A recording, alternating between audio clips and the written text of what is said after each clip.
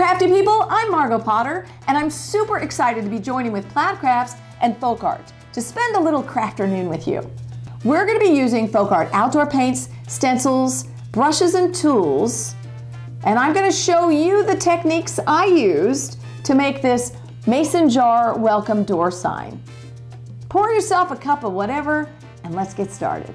Went ahead and I sanded my form, and this is what it looked like when it came to me. It's from the Unfinished Wood Co., and this is just a plain wooden form in the shape of a mason jar. And what we're going to be doing is stenciling this using outdoor paint so that I can use this on my front door as a welcome sign for the times of the year when I don't have a wreath up for the holidays or decorations up for Halloween, and I just want my door to be welcoming and pretty.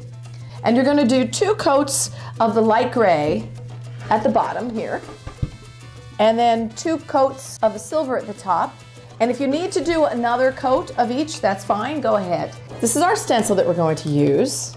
Now, there's several different ways that you can adhere your stencils to your surface. I'm going to just go ahead and use some painter's tape, and I'll tape everything down, and then we're gonna get started stenciling. All right. Hi there, I'm scrunching down because I moved it so that you can see better what I'm doing here.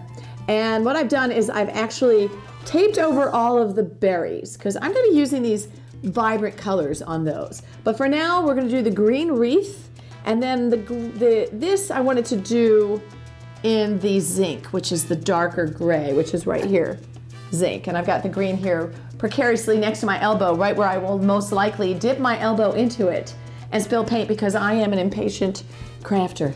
We're going to tap into the paint, then we're going to take off the excess on our paper towel, and then we're just going to get started stenciling. And I just like to kind of tap it, dab it, because I don't want it to go underneath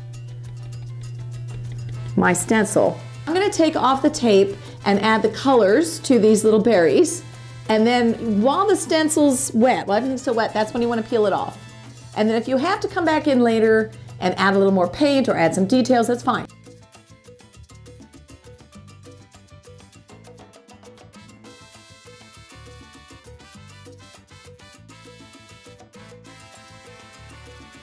Oh, hi there. Hey, look, I stenciled it. It's amazing. Okay, maybe it's not that amazing. The stencils make it pretty easy to do a great job.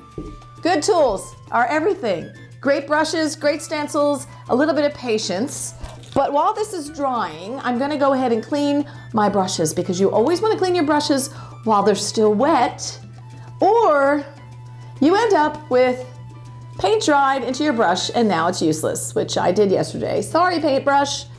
All right, so I did some cleanup over here. I'm gonna let that dry. While that's drying, I'm just adding some distressing, some dimension, and I'm doing that at the top here of the mason jar using the zinc outdoor paint and a really small angled brush, and I'm just adding some darkness to the edges. So I add a little bit of paint to the edges, and then I take my fingers and I kind of smear it. Just give it a smear.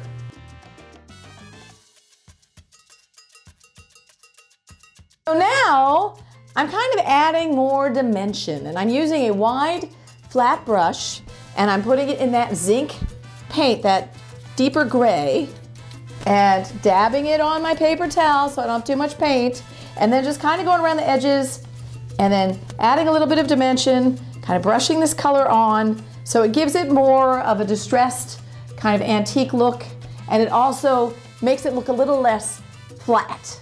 Then to kind of hide these brush strokes so they weren't quite as, brushy looking, I just took my finger and dipped it in the paint and then rubbed it over. Can you see how that kind of softens everything, and it gives you some layers and some dimension?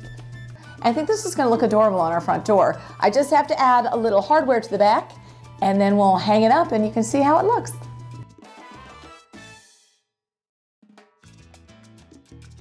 Thanks for joining with me and Plaid Crafts and FolkArt.